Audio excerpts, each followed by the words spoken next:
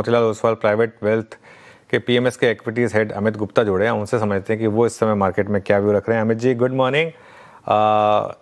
एक तरफ है डॉलर रुपी और ब्रेंट क्रूड जो लगातार वीकनेस दिखा रहे हैं, और दूसरी तरफ है मार्केट की रेजिलियंस। इस समय आपका ओवरऑल व्यू क्या बन रहा है मार्केट पर? तो अनुज, अगर आप देखिए तो जो लास्ट फॉल आया था टुवर्ड्स 22,000, उसके अंदर इस 2 साल के कंसोलिडेशन में हमने पहली बार देखा कि mid and small caps started out performing the index.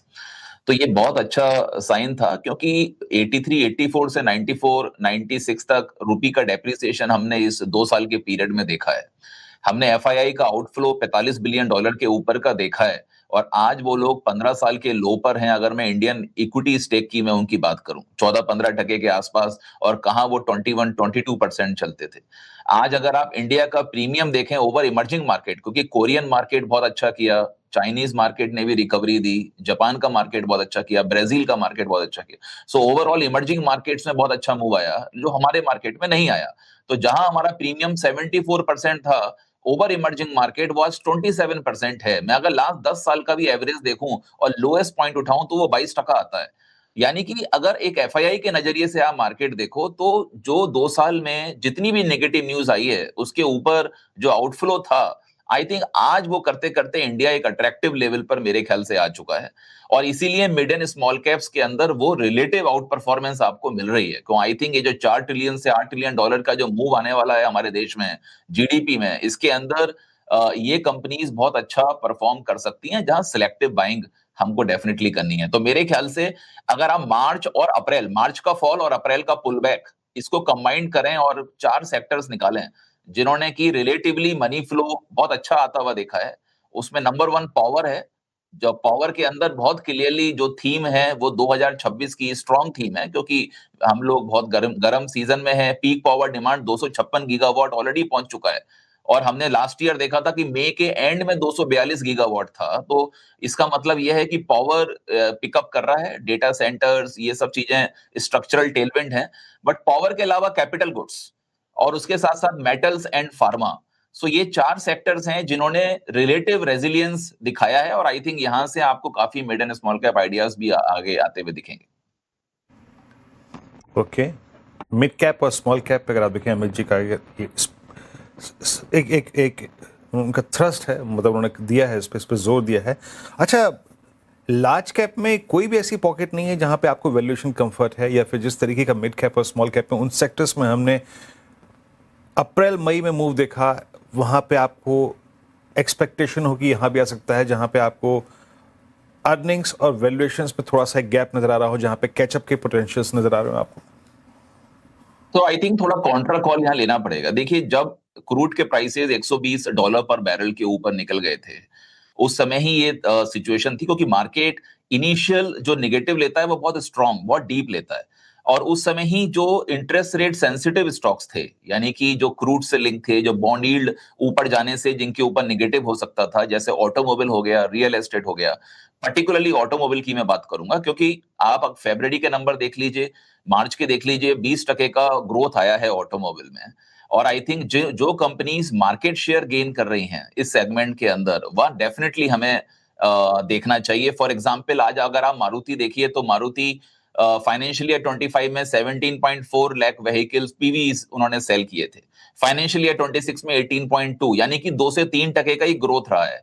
But अगर आप महिंद्रा देखिए तो 5.5 लाख व्हीकल्स सेल किए थे उन्होंने फाइनेंशियल ईयर 25 में, और 6.6 लाख व्हीकल्स एक्चुअली पीवीज उन्होंने सेल किए हैं फाइनेंशियल ईयर 26 में, यानी कि 20% का ग्रोथ है। जो हुंडई मोटर्स सेकंड स्पॉट पे हुआ करता था पीवी में, आज वो स्लिप होके 4th स्पॉट पर आ गया है।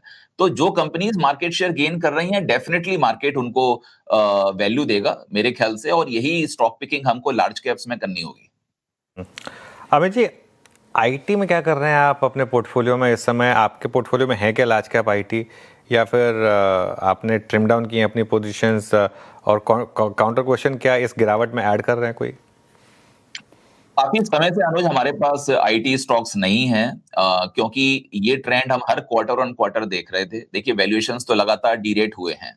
राइट? आज भी अगर आप टीसीएस वगैरह देखें तो बहुत अच्छे मेरे ख्याल से वैल्यूएशंस काफी अट्रैक्टिव हैं, बट वॉल्यूम का ट्रिगर नहीं आ पा रहा है। आज भी 1% quarter on quarter constant currency growth he expected है। तो अगर आप देखिए तो ये कंपनीज के अंदर लार्ज कैप में पर्टिकुलरली जो एआई का कंट्रीब्यूशन है ओवरऑल बुक के अंदर, वो अभी भी 7.5%, 9% के आसपास ही है।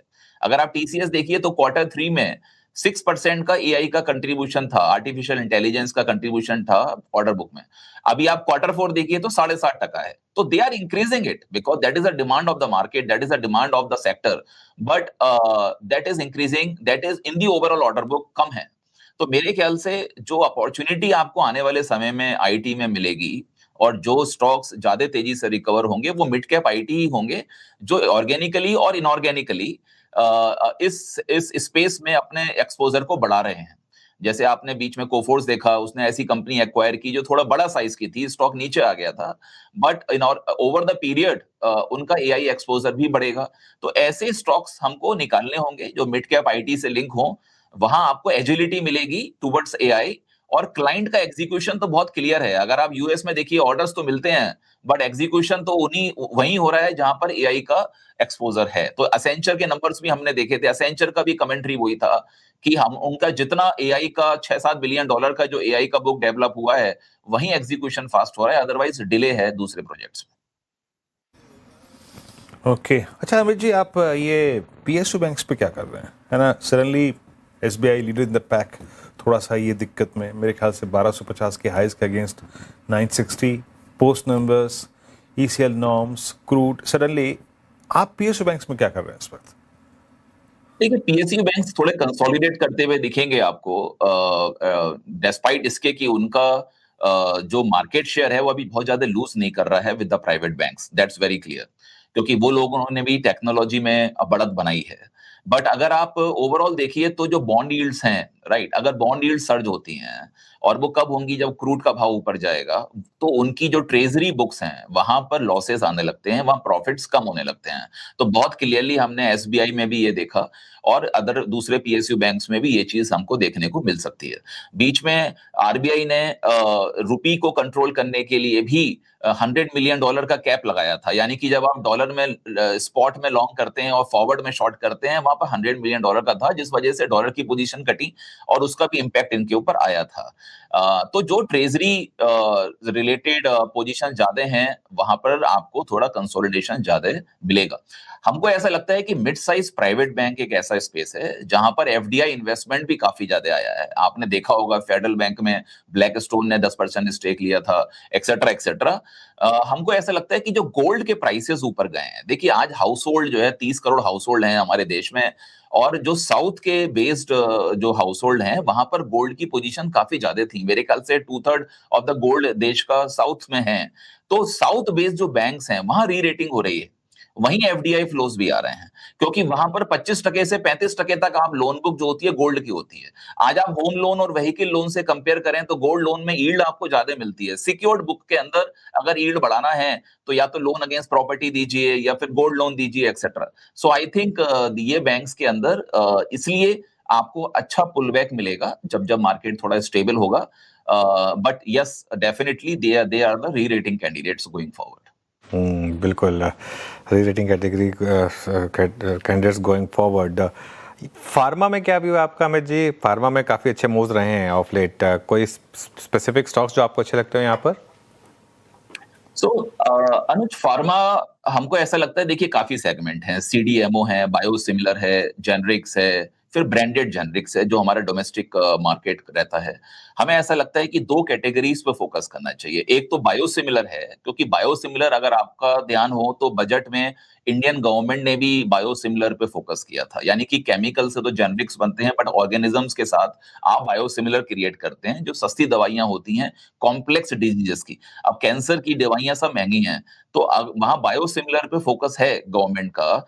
लेकिन उसमें जो कंपनीज ऑलरेडी रेडी हैं, राइट, जो लॉन्च कर रहे हैं यूएस में या फिर डोमेस्टिक, वहां हमें फोकस करें तो आई थिंक अपॉर्चुनिटी मिलेगी। वो एक सेगमेंट हम लोग बहुत क्लोजली वॉच कर रहे हैं। दूसरा जो ब्रांडेड जेनरिक्स है, जहां इंडिया फोकस है, क्योंकि इंडिया मार्केट ग्रोइंग मार्केट है, हो सकता है कल दूसरे ब्रांडेड जेनरिक्स जो बाहर की कंपनी हो वो इंडिया में अपने सामान को बेचना चाहें तो वो इंडियन कंपनीज के साथ ही जॉइंट वेंचर करके वो सामान को बेचेंगे।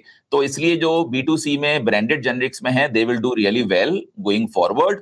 आई थिंक ये 2 सेगमेंट्स पे फोकस करें तो आपको फार्मा में आई थिंक अच्छे returns, it is stock specific sector, तो वहां आपको अच्छा मिलेगा। बाकी अमित जी एक थीम और आई मीन जिससे आप और मैं जुड़े हुए हैं, दैट्स कैपिटल मार्केट थीम। यहाँ पे आप डिपॉजिटरीज, ब्रोकर्स, एक्सचेंजेस या फिर AMCs कहाँ पे फोकस कर रहे हैं आप? सो कैपिटल मार्केट के लिए आई थिंक बहुत अच्छा टाइम है। देखिए 2 साल का कंसोलिडेशन मार्केट का ऑलरेडी हो चुका है। ऑलरेडी वॉल्यूम्स डिक्लाइन हुए थे एक्सचेंजेस के ऊपर, मार्केट ने उसको भी कहीं हद तक डिस्काउंट किया है। Asset managers, wealth managers, I think they will do really well. Wealth managers because अगर आप देखिए तो वो अलग अलग एसेट क्लास में डील करते हैं, बैलेंस हो जाती है बुक्स, काफी ट्रेल बुक होती है, आई थिंक वो काफी हेल्प करती है।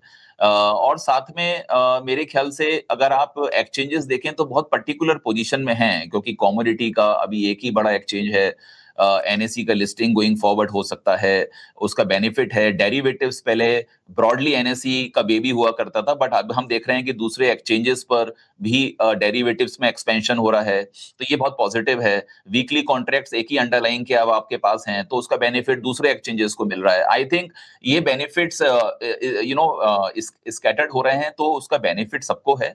तो कैपिटल मार्केट थीम पे हम लोग काफी बुलिश हैं, और I think going forward with the market, with the broader market coming back, they will definitely do better actually. Okay, चलिए एक आखिरी सवाल मेरी तरफ से भी, ये EMS स्पेस में क्या करेंगे आप? क्योंकि आज मतलब केन्स में ज़बरदस्त एक्सीडेंट हुआ, लेकिन डिक्सन में बड़ा मूव आया पॉजिटिव साइड पर, तो क्लियरली यहाँ पर स्टॉक स्पेसिफिक व्यू रहा है मार्केट का। आपकी अप्रोच क्या रहेगी? सो मेरे ख्याल से देखिए ये बहुत स्ट्रॉन्ग स्पेस है, क्योंकि गवर्नमेंट ने जो PLI दिया उसका बहुत बड़ा बेनिफिट इस स्पेस को मिला है, और डिमांड बहुत ज्यादा है। आप आर्टिफिशियल इंटेलिजेंस की बात करते हैं तो उसमें भी इलेक्ट्रॉनिक्स का यूज है, आप सेमीकंडक्टर की बात करते हैं उसमें इलेक्ट्रॉनिक्स का यूज है। तो इलेक्ट्रॉनिक्स का यूजेस तो इंडिया में बढ़ता जा रहा है। अगर हम अपने देश में नहीं बनाते तो हमारा इंपोर्ट बहुत ज्यादा बढ़ जाता, जिसका एक प्रॉब्लम हमें करंट अकाउंट डेफिसिट वगैरह में था। बट गवर्नमेंट ने राइटली ये एक्शन लिया, और अब इसमें अगर आप कुछ कंपनीज देखिए जैसे डिक्सन वगैरह थे जिनका एसेट टर्नओवर बहुत ज्यादा था, जो रिटर्न ऑन कैपिटल एम्प्लॉयड की स्टोरी हुआ करती थी, 47% का ROCE था सेक्टर में, जो कि बहुत ज्यादा था दूसरे स्टॉक से। तो वहां पर थोड़े चैलेंजेस आए हैं, क्योंकि मेमोरी चिप्स वगैरह का अवेलेबिलिटी कम हुआ है। दूसरा, press note 3 has to be signed, क्योंकि उनको चाइनीज कंपनी से JV करना था कंपोनेंट मैन्युफैक्चरिंग के अंदर। तो कंपोनेंट मैन्युफैक्चरिंग में आप मूव करेंगे, यस मार्जिन एक्सपेंशन होगा, but for the time being आपके जो रोस है वो डाइल्यूट भी होगा, इसलिए वो स्टॉक थोड़ा समय ले रहे हैं रिकवर होने में। बट आई थिंक कुछ और कंपनीज हैं जो डिफेंस इलेक्ट्रॉनिक्स में मूव कर गई हैं, इंडस्ट्रियल इलेक्ट्रॉनिक्स में मूव कर रही हैं, जिनका मार्जिन एक्सपेंशन डबल डिजिट में आ गया है, 6-6.5% से 10-10.5% आ गया है, और जो बाहर के मार्केट में भी एक्सपेंशन करने के प्लान में हैं। आई थिंक वो कंपनीज पे फोकस करिए, वो कंपनीज इस मार्केट में भी अच्छा कर रही हैं, और आई थिंक अच्छा रिटर्न्स आने वाले दिनों में भी देंगी। ओके, चलिए अमित जी बहुत बहुत शुक्रिया आज हमारे साथ जुड़ने के लिए और अपना व्यू सभी सेक्टर्स और स्टॉक्स पर स्पेसिफाई करने के लिए।